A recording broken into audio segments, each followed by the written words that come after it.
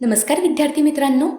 रिसेंटलीच नेपाळच्या संसदेमध्ये एक ठराव मंजूर करण्यात आलेला होता की ज्याच्यामध्ये भारताचे काही भाग हे नेपाळचे असल्याचं म्हटलेलं होतं आणि तशा पद्धतीचा एक मॅप सुद्धा नेपाळने रिलीज केलेला.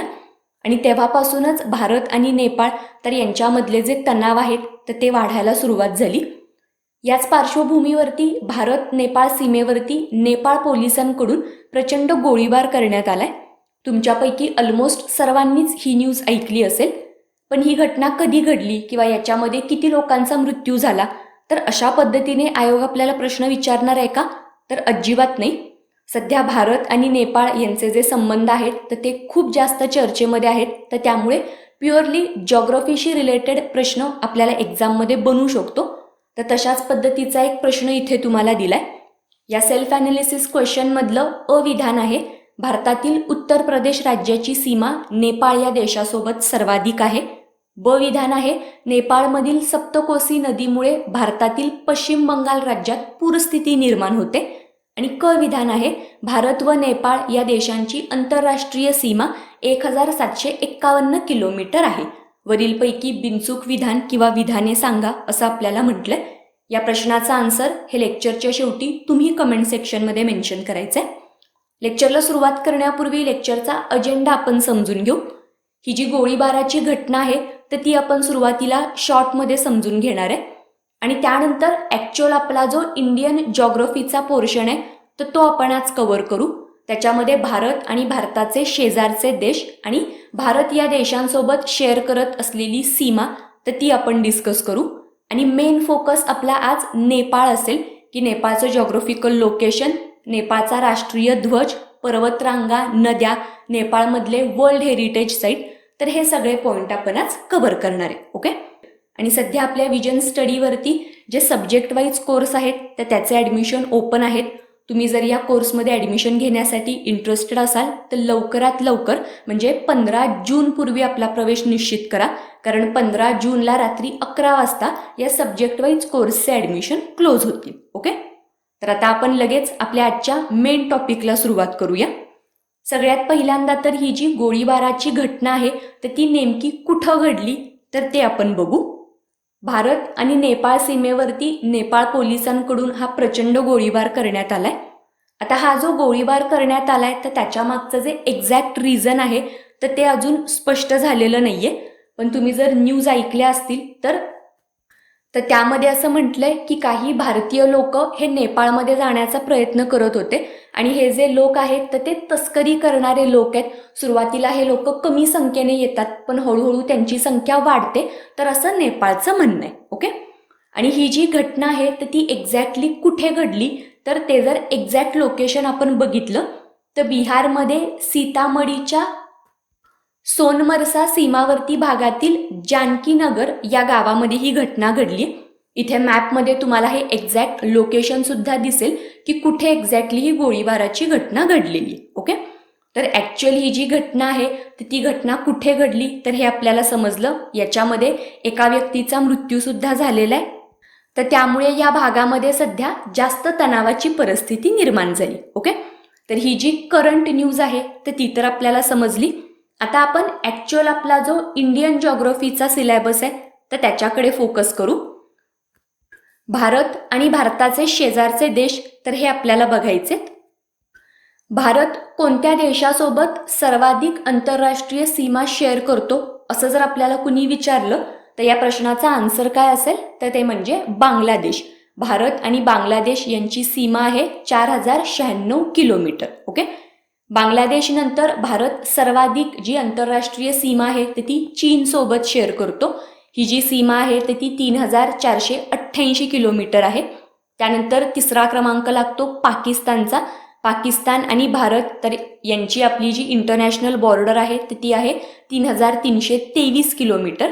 आणि त्यानंतर सध्या आपला आजच्या लेक्चरचा डिस्कशनचा पॉईंट तो म्हणजे नेपाळ.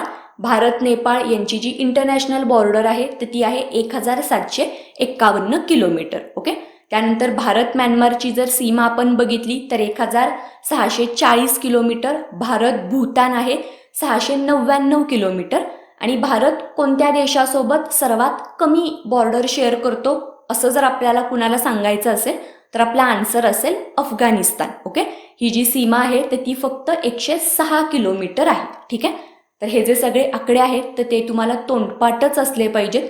तुम्ही जर स्पर्धा परीक्षांची तयारी करताय तर हे सगळे जे पॉईंट आहेत तर ते तुम्हाला व्यवस्थित लक्षात असले पाहिजेत. ओके, आता ह्याच्याबद्दल आपण अजून जर थोडी इन डिटेल इन्फॉर्मेशन बघितली, भारतातील 5 राज्यांची जी सीमा आहे तर ती बांगलादेश या देशाला लागून आहे. आता याच्यामध्ये हे 5 स्टेट कोणते आहेत तर पश्चिम बंगाल, त्यानंतर आसाम, मेघालय, त्रिपुरा आणि मिझोरम. ओके, त्यानंतर चीनसोबत भारतामधल्या कोणत्या राज्यांची सीमा लागते तर हे आपण जर बघितलं तर इथे मॅपवरून पण तुमच्या अगदी व्यवस्थितपणे लक्षात येईल की उत्तराखंड, हिमाचल प्रदेश, सिक्कीम आणि अरुणाचल प्रदेश, तर ही जी 4 राज्य आहेत तर त्यांची सीमा चीनसोबत आहे आणि एक युनियन टेरिटरी ती म्हणजे लडाख. ओके, तर भारत आणि चीन तर यांच्यामधली जी सीमा आहे तर ती कोणत्या राज्यांना आणि कोणत्या केंद्रशासित प्रदेशाला लागते तर हे आपल्याला माहिती पाहिजे. त्यानंतर जर आपण नेपाळचा विचार केला तर नेपाळसोबत आपली जी सीमा आहे तर ती उत्तराखंड, उत्तर प्रदेश, बिहार, पश्चिम बंगाल आणि सिक्कीम तर या 5 राज्यांना लागते. त्यानंतर पाकिस्तान सोबतची जी सीमा आहे तर ती 3 राज्य आणि 2 केंद्रशासित प्रदेशांना लागते. 3 राज्य कोणती आहेत? राजस्थान, गुजरात आणि पंजाब, आणि 2 केंद्रशासित प्रदेश कोणते? जम्मू काश्मीर आणि लडाख. ओके, त्यानंतर म्यानमार आणि भूतान तर हे जे 2 देश आहेत तर या दोन्ही देशांची जी सीमा आहे तर ती भारतातील प्रत्येकी 4 राज्यांना लागते. जर आपण म्यानमारचा विचार केला तर म्यानमारची जी सीमा आहे तर ती नागालँड, त्याचप्रमाणे मणिपूर, मिझोरम आणि अरुणाचल प्रदेश तर या 4 राज्यांसोबत आहे. आणि त्यानंतर जर आपण भूतानचा विचार केला तर भूतानला सिक्कीम, त्यानंतर पश्चिम बंगाल, आसाम आणि अरुणाचल प्रदेश तर यांची सीमा लागते. ओके, आणि अफगाणिस्तान हा जो आपला भारताचा शेजारी देश आहे तर अफगाणिस्तानची जी सीमा आहे तर ती नव्याने आपला निर्माण झालेला जो केंद्रशासित प्रदेश आहे लडाख तर त्याला लागून आहे. ओके, तर हे जे सगळे पॉईंट आहेत तर ते आपल्यासाठी खूप जास्त महत्त्वाचे आहेत तर ते तुम्ही व्यवस्थित लक्षात ठेवा. ओके, आणि जसं मी तुम्हाला लेक्चरच्या सुरुवातीलाच म्हटलं की आज आपल्या लेक्चरचा जो मेन टॉपिक आहे तर तो आहे नेपाळ. आपण नेपाळवरती जास्त फोकस करतोय आणि आपण आत्ताच बघितलं की भारतामधल्या 5 राज्यांची जी सीमा आहे तर ती नेपाळला लागून आहे. आता याच्यापैकी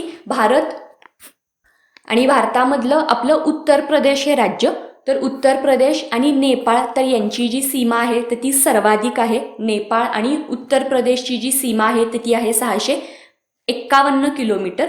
त्यानंतर जो दुसरा क्रमांक लागतो तो आहे बिहारचा, म्हणजे बिहार आणि नेपाळ तर यांची जी बॉर्डर शेअरिंग आहे तर ती आहे 601 किलोमीटर. त्यानंतर तिसऱ्या क्रमांकाचं जे राज्य आहे तर ते आहे उत्तराखंड, 303 किलोमीटर. त्याच्यानंतर येतं सिक्कीम 98 किलोमीटर आणि सर्वात शेवटी पश्चिम बंगाल 96 किलोमीटर. ओके, तर हे जे सगळे पॉईंट आहेत तर ते तुम्ही व्यवस्थित लक्षात ठेवा. आयोगाला जर थोडासा डिफिकल्ट प्रश्न विचारायचा असेल तर कोणत्या राज्यासोबतची नेपाळची बॉर्डर सर्वाधिक आहे तर अशा पद्धतीने सुद्धा आयोग आपल्याला प्रश्न विचारू शकतो. ओके, तर भारत आणि भारताचे हे जे सगळे शेजारी आहेत आणि त्याच्यामध्ये पण नेपाळ तर त्याच्याशी रिलेटेड जे इम्पॉर्टंट पॉईंट आहेत तर ते आपल्याला समजले. आता आपण पुढे नेपाळबद्दल थोडी अजून जास्त इन्फॉर्मेशन बघू. हे सगळे पॉईंट जॉग्राफिकल अँगलनी खूप इम्पॉर्टंट आहेत. पहिला महत्त्वाचा मुद्दा तो म्हणजे नेपाळ हा एक लँडलॉक कंट्री आहे, म्हणजे 4ही बाजूंनी नेपाळ हा देश भूमीने वेढलेला आहे. ओके, जर आपण बघितलं तर नेपाळच्या 3 बाजूला तर भारतच आहे आणि जी एक साईड आहे तर तिकडचा एरिया कोणता आहे तर चीनचा. ओके, नेपाळची जी राजधानी आहे तर ती आहे काठमांडू. क्षेत्रफळ आहे 1,47,181 चौरस किलोमीटर आणि क्षेत्रफळाच्या दृष्टीने जगातला 94वा मोठा देश आहे नेपाळ. ओके, सध्याचे नेपाळचे जे पंतप्रधान आहेत तर त्यांचं नाव आहे KP शर्मा ओली, की जे नेपाळचे 38वे पंतप्रधान आहेत आणि राष्ट्राध्यक्ष आहेत विद्यादेवी भंडारी. नेपाळची जी एकूण लोकसंख्या आहे तर या लोकसंख्येच्या जवळपास 80% लोक हे हिंदू आहेत. तर एक मेजॉरिटी हिंदू पॉप्युलेशन असलेला देश आहे तो म्हणजे नेपाळ. ओके, आणि नेपाळची जी करन्सी आहे तर ती आहे नेपाळी रुपया. आता नेपाळचा जो फ्लॅग आहे तर त्याच्याशी रिलेटेड आपण इंटरेस्टिंग पॉईंट समजून घेऊ. जगामध्ये असे 3च देश आहेत की ज्यांचे जे राष्ट्रध्वज आहेत तर ते आयताकृती नाही आहेत. ओके, आणि या 3 देशांपैकी एक देश आहे तो म्हणजे नेपाळ. ओके, नेपाळचा जर आपण राष्ट्रध्वज बघितला तर त्याच्यामध्ये 2 जे त्रिकोण आहेत तर ते एकावर एक ठेवलेले आहेत आणि तशा पद्धतीने त्यांचा जो राष्ट्रध्वज आहे तर तो तयार होतोय. त्याच्यामध्ये जो वरचा त्रिकोण आहे तर तिथे आपल्याला चंद्राची इमेज दिसते आणि जो खालचा त्रिकोण आहे तर त्याच्यावरती सूर्याची जी आकृती आहे तर ती आपल्याला दिसते आणि लाल आणि निळ्या रंगाचा असा हा नेपाळचा राष्ट्रध्वज आहे. आणि जसं मी म्हटलं की जगामध्ये फक्त 3च देश आहेत की ज्या देशांचे राष्ट्रध्वज हे आयताकृती नाही आहेत, तर त्यापैकी एक तर नेपाळ आणि त्यानंतर दुसरे 2 देश असे आहेत की त्यांचे जे राष्ट्रध्वज आहेत तर ते चौरसाकृती आहेत. त्यापैकी एक देश तो म्हणजे स्वित्झर्लंड आणि दुसरा देश तो म्हणजे व्हॅटिकन सिटी. ओके, तर हे जे पॉईंट आहेत तर ते व्यवस्थित लक्षात ठेवा.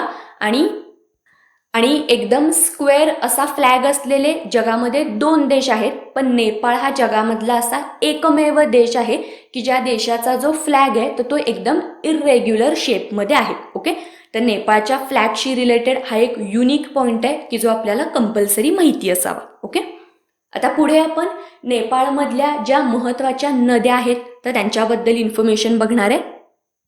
नेपाळमध्ये सेती कर्नाली, त्याचप्रमाणे राप्ती, काली गंडकी, बूढी गंडकी, इंद्रावती आणि सप्तकोसी तर या महत्त्वाच्या नद्या आहेत. आता याच्यापैकी जी सप्तकोसी नदी आहे तर तिच्या 7 उपनद्या आहेत. त्यापैकी पहिली उपनदी ती म्हणजे तमारकोसी, त्यानंतर सुनकोसी, इंद्रावती, दूधकोसी, अर्ना, लिखू आणि तामूर. ओके, तर या ज्या 7 नद्या आहेत तर त्यांना एकत्रितपणे सप्तकोसी असं म्हटलं जातं. आणि नेपाळचा हा जो सगळा रिजन आहे तर नेपाळचा रिजन हा पर्वतीय प्रदेश आहे, तर त्याच्यामुळे ते इथे मोठ्या प्रमाणावरती पाऊस पडतो. आणि ह्यापैकी ज्या काही नद्या आहेत तर त्या पुढे वाहत भारतामध्ये येतात, जसं की कर्णावली नदी की जिला आपण घागरा नदी असं म्हणतो. आणि आता याच्यापैकी ही जी सप्तकोसी नदी आहे तर ही सप्तकोसी नदी ज्या वेळेला भारतामध्ये येते तर त्यावेळेला भारतामध्ये आपलं जे बिहार राज्य आहे तर या बिहार राज्यामध्ये या नदीमुळे नेहमीच पूरस्थिती निर्माण होते आणि बिहार राज्याचे अश्रू म्हणून सुद्धा ही जी कोसी नदी आहे तर तिला ओळखलं जातं. ओके, तर नेपाळमधल्या या ज्या सगळ्या महत्त्वाच्या नद्या आहेत तर त्या तुम्हाला माहिती पाहिजेत आणि त्याच्यामध्ये सुद्धा ही जी सप्तकोसी नदी आहे तर तिच्यामुळे भारतामध्ये बिहार राज्यामध्ये पूरस्थिती निर्माण होते. तर हा पॉईंट तुम्ही व्यवस्थित लक्षात ठेवा. ओके, आता जर आपण नेपाळमधल्या ज्या महत्त्वाच्या पर्वतरांगा आहेत तर त्याचा जर विचार केला तर याच्यामध्ये धौलागिरी, त्याचप्रमाणे अन्नपूर्णा, मानसलू, गणेश, चो ओयू, एव्हरेस्ट, मकाऊ आणि कांचनजंगा तर ह्या ज्या सगळ्या पर्वतरांगा आहेत तर त्या महत्त्वाच्या आहेत. आता याच्यावरती जर आपल्याला आयोगाने एकदम डिफिकल्ट प्रश्न विचारला तर ह्या ज्या पर्वतरांगा आहेत तर त्यांचा उत्तरेकडून दक्षिणेकडे क्रम लावा, तर अशा पद्धतीने आपल्याला प्रश्न बनवू शकतो. तर त्याच्यामुळे ह्या ज्या पर्वतरांगा आहेत तर त्या अशाच सिक्वेन्समध्ये तुम्ही लक्षात ठेवा की महत्त्वाच्या पर्वतरांगा कोणत्या, हा पॉईंट सुद्धा आपल्याला क्लिअर होईल आणि त्याचा जो सिक्वेन्स आहे तर त्याच्यावरती जरी आपल्याला प्रश्न विचारला तरी आपण तो सॉल्व्ह करू शकू. ओके, आता याच्यामध्ये माउंट एव्हरेस्टची जी उंची आहे तर ती 8,848 मीटर आहे. मकाऊची जी उंची आहे तर ती 8,481 मीटर आहे. आणि जर आपण कांचनजंगाचा विचार केला तर त्याची समुद्र सपाटीपासूनची जी उंची आहे तर ती 8,586 मीटर आहे. ओके, आणि भारत आणि नेपाळ तर यांच्या सीमेवरती असलेली ही कांचनजंगा जी पर्वतरांग आहे तर ती तुम्ही व्यवस्थित लक्षात ठेवायची. ओके, आत्तापर्यंत नेपाळमधल्या महत्त्वाच्या नद्या आणि पर्वतरांगा तर यांच्याशी रिलेटेड पॉईंट आपल्याला लक्षात आले. आता आपण सगळ्यात शेवटी नेपाळमधल्या ज्या वर्ल्ड हेरिटेज साईट आहेत तर त्यांच्याबद्दल इन्फॉर्मेशन बघू. नेपाळमध्ये एकूण 4 वर्ल्ड हेरिटेज साईट आहेत. त्यापैकी ज्या कल्चरल साईट आहेत तर त्याच्यापैकी पहिली ती म्हणजे लुंबिनी. आता हे जे ठिकाण आहे तर या ठिकाणाला युनेस्कोकडून 1997 मध्ये वर्ल्ड हेरिटेज साईटचा दर्जा देण्यात आलाय. गौतम बुद्धांचं ते जन्म ठिकाण आहे. त्यानंतर काठमांडू व्हॅली तर याला सुद्धा वर्ल्ड हेरिटेज साईटचा जो दर्जा आहे तर तो 1979 मध्ये देण्यात आला.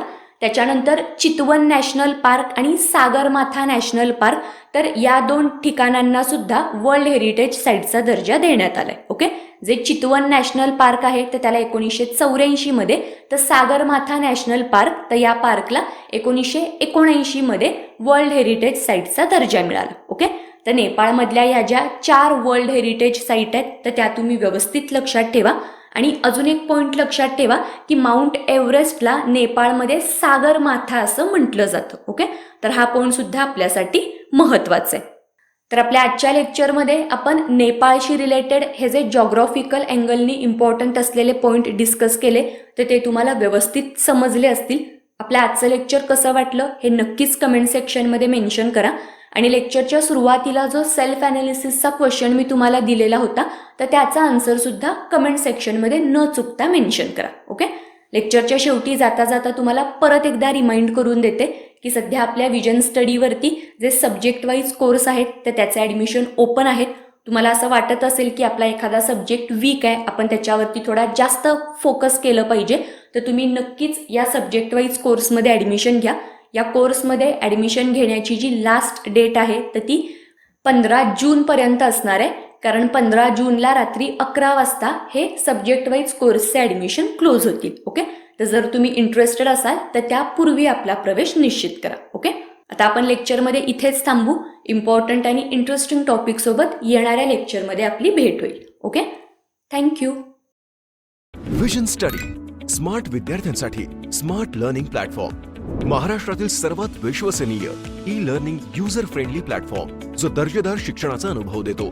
विजन स्टडी, म्हणूनच वेळ न वाया घालवता आजच प्रवेश घ्या आणि तुमच्या स्वप्नातील सरकारी नोकरीच्या एक पाऊल जवळ जा, तेही अगदी माफक दरामध्ये. तर वाट कशाची पाहताय? एक उज्ज्वल भविष्य तुमच्या समोर आहे.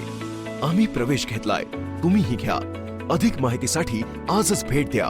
Visit www.visionstudy.in. हो, स्वप्न पूर्ण होतात.